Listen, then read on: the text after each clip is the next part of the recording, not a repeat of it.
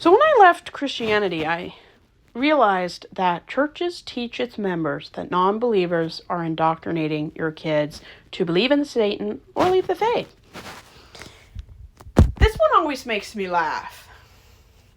Because if you actually understand Christianity and growing up as a child who's forced to adhere to Christian values and Christian morality, it's funny that the people who invented indoctrination are accusing other people of indoctrinating their kids. And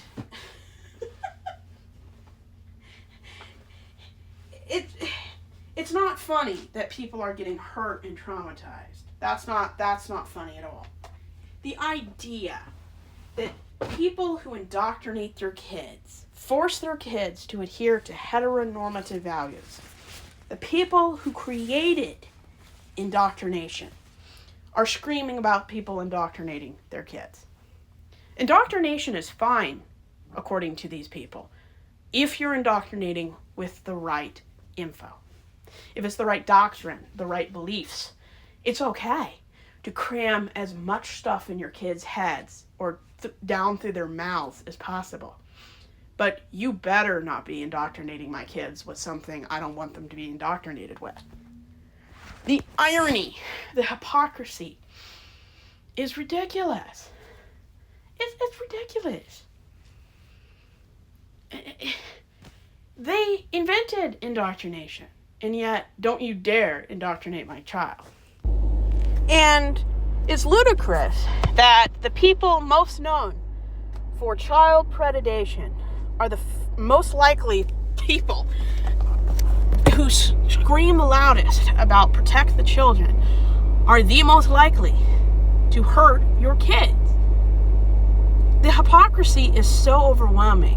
I actually choked on my drink reading some statistics or watching YouTube videos on how Moms for Liberty members talk about protecting the family when their CEO got arrested for harming kids. And this is the way that Christianity works. I think this is how it is in all religions. And I'm not saying that every church is insidiously doing this. I'm saying this is just basic Christian doctrine to a T. And it's just the way Christianity is. There are churches out there that don't view non-believers as enemies or intentional behavior that's trying to lure kids and members away. They don't see the world so insidiously evil like that. They don't view every movie you watch and everything you do as a Satan tactic to lure you away from giving all your money and time to a church and a God.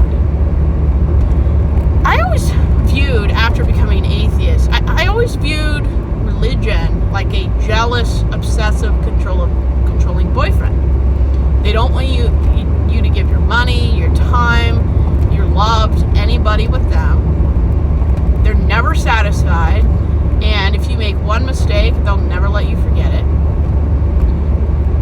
And if you take God out of the equation and put a human male partner or female partner, depending on your gender or what you're into, you see it as an abusive relationship. Once you see it, you can't unsee it.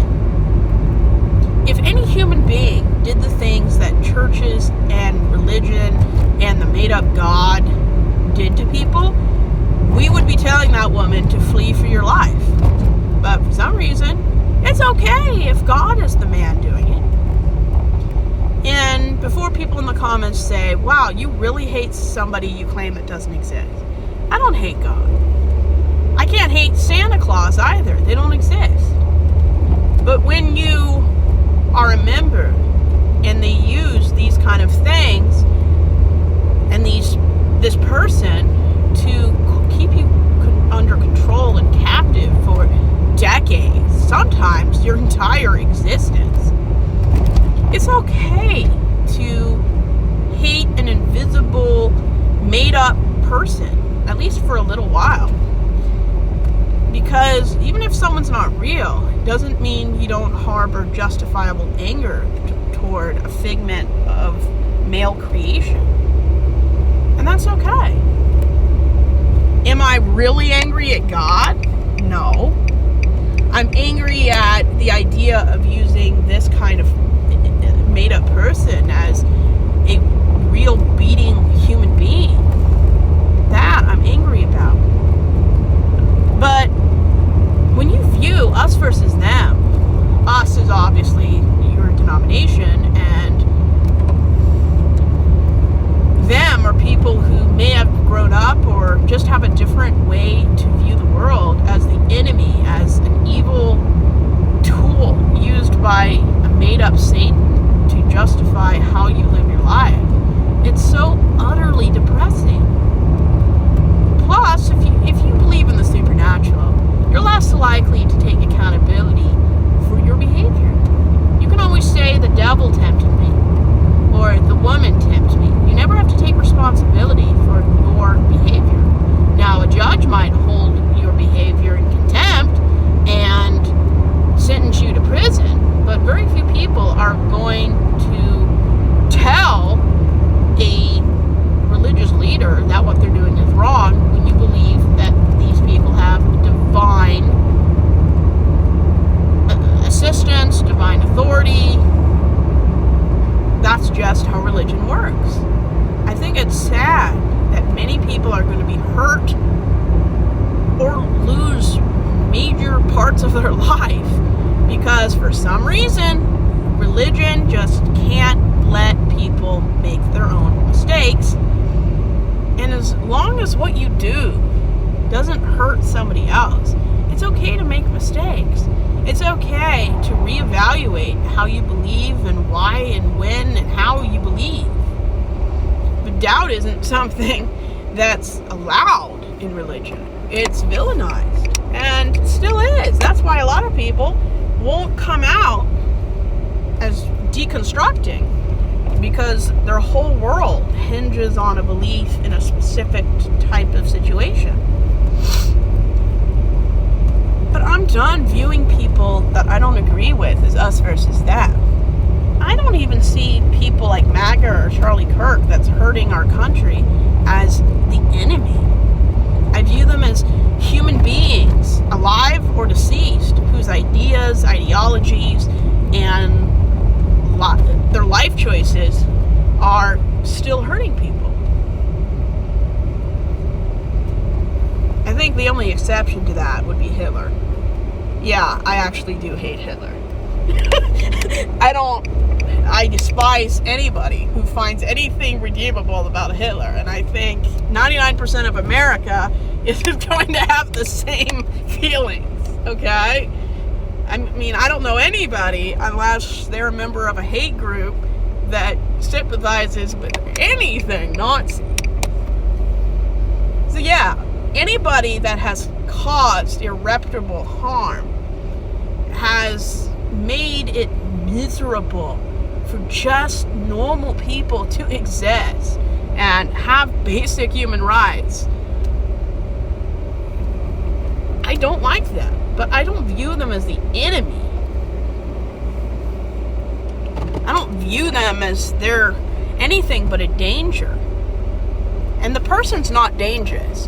It's the hateful hate speech that they say. I'm done viewing churches and church-less people as right and a danger. As long as how you believe, what you believe, and how you vote doesn't hurt other people, do as you please. I'm tired of living in a world and a religious environment where they see anything like therapy and dancing and divorce, abortion, liberalism and wokeism as anything but a tool Satan's using to control people. And personally, I don't trust people that don't like wokeism, feminism, and cares about minorities. I don't like people who see themselves as superior to other people. Most people are just ignorant. They're not insidiously evil. I was a homophobic, racist person myself. But it's really hard to be anything but that when you grow up in such a white, privileged environment. I just don't want to see people as my enemies. Sometimes I view their ideology as evil and wicked, but I don't view them as though they're a danger. Their beliefs are the danger. But as long as people are decent and kind, I'm not going to tell my nieces and nephews not to play with somebody because they don't believe in the God I do, or in this case, the God I don't.